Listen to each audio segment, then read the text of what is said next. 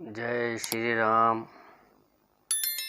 राम समाधि आश्रम संत थानेदार यूट्यूब चैनल को देखने व सुनने वाले सभी साधकों को हमारा प्यार भरा प्रणाम।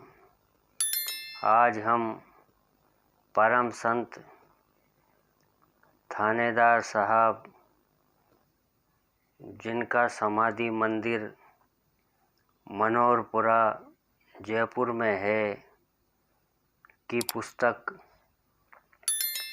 संत थानेदार को पढ़ेंगे और सुनेंगे।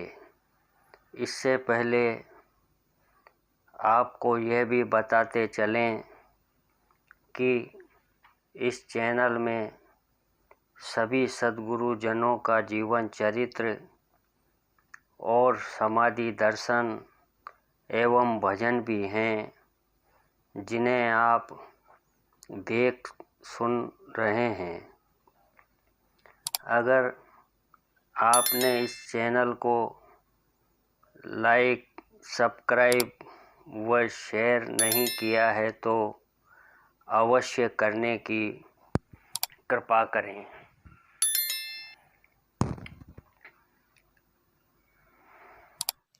परम संत श्रीमान जगन्नाथ जी माथुर साहब यानी जज साहब के यहाँ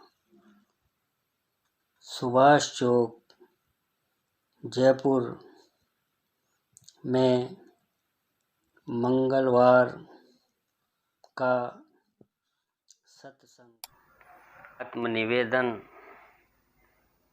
इस धरती पर न जाने कितने मानव जन्म लेते हैं और चले जाते हैं।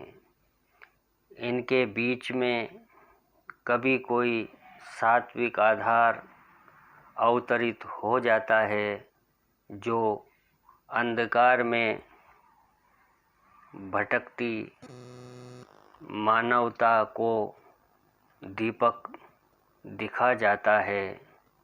मानव कितना भी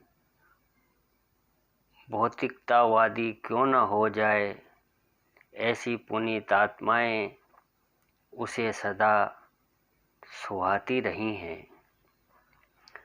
संत थानेदार राम सिंह जी एक ऐसे ही सत्पुरुष हुए हैं, जो गृहस्थ आश्रम में रहकर आदर्श मानवता के मापदंड स्थापित कर गए। पुलिस सेवा में रहकर ईमानदारी और सेवा परायणता की मिसाल कायम कर गए। दुनियादारी में रहकर सदा बेदाग रहे और परमार्थ के पथ पर चलकर इसी जीवन में परम पद प्राप्त कर लिया। कहने को तो वह एक सूफी संत हैं, किंतु वे मतवादी न होकर सही अर्थों में मानवतावादी हैं। संत थानेदार के जीवन प्रसंग इस संसार के तुमुल कोलाहल के बीच एक मधुर संगीत है। ऐसी सुखद गाथा है जिसे सुनकर पाठक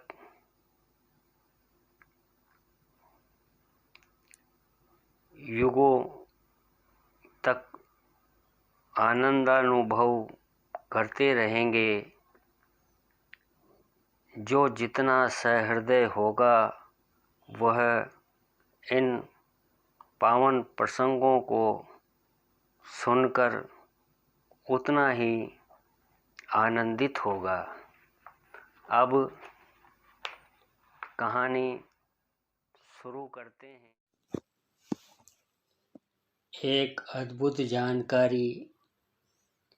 यह बात 1963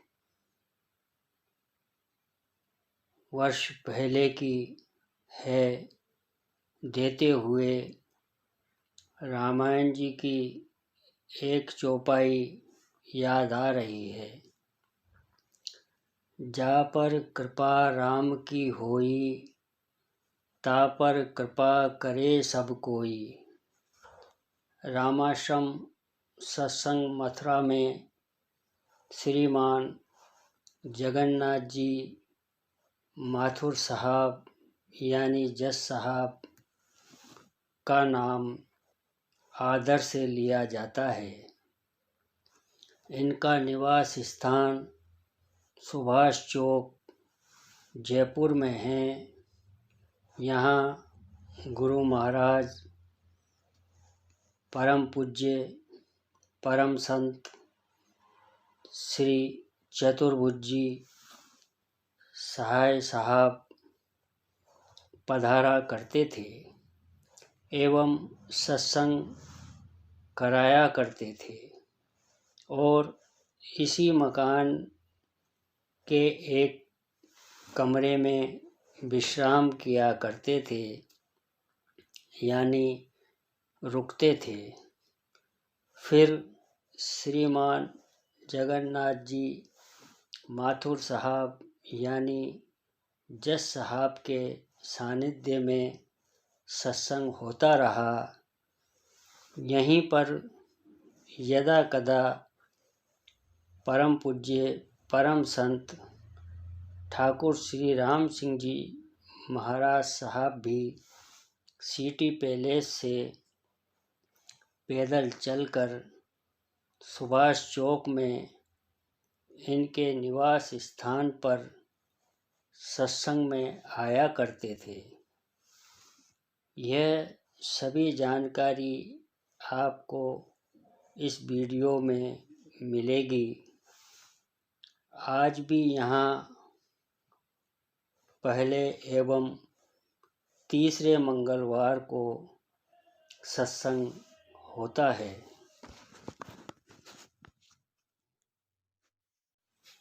मंगलवार का सत्संग 11 जून 1963 संध्या का समय है।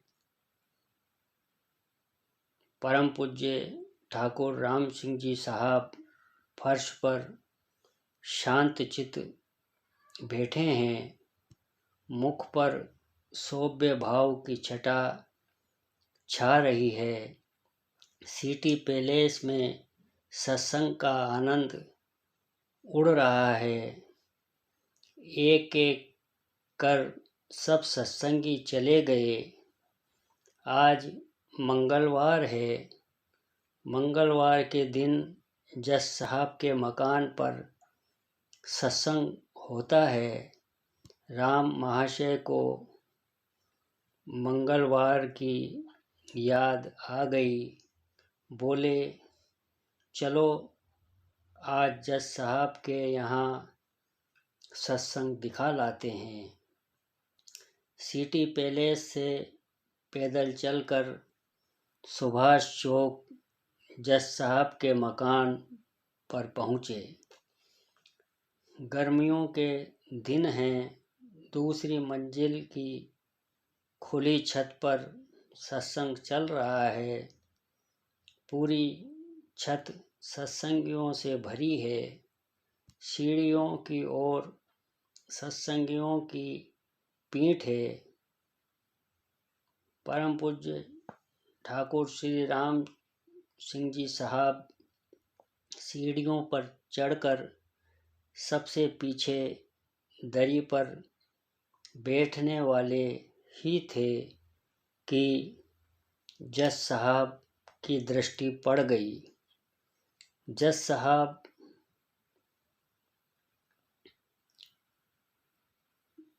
जिनका पूरा नाम श्रीमान जगन्नाथ जी माथुर साहब है, हाथ जोड़कर खड़े हो गए। उनके साथ सारे सत्संगी भी खड़े हो गए। यह देख परम पूज्य ठाकुर साहब ने विनम्र भाव से कहा, बैठिए साहब, उनके दरबार में खड़े होने की क्या ज़रूरत है। जज साहब ने हंसते हुए उत्तर दिया, उनके दरबार के किसी दरबारी के आने पर खड़ा होना पड़ता है। इतने में जज साहब राम महाशय के निकट आ गए। आप किंचित मुस्कुराए और जज साहब की ओर कुछ क्षण हाथ जोड़े खड़े रहे। आपका वह अद्भुत विनीत भाव दर्शनीय था। यह दुर्लभ दृश्य देख मन आनंद विभोर हो उठा। सहसा संत कबीर दास जी की एक साखी याद हो आई। कबीर चेरा संत का, दासन का परदास, कबीर ऐसे हो रहा, ज्यों पाँव तले घास। तदुपरांत जज साहब ने विनीत आग्रह किया कि आप आगे पधारिए, किंतु परम पूज्य ठाकुर साहब राजी नहीं हुए। वे वहीं दरी पर सबके पीछे बैठ गए। जज साहब भी पास में ही बैठ गए।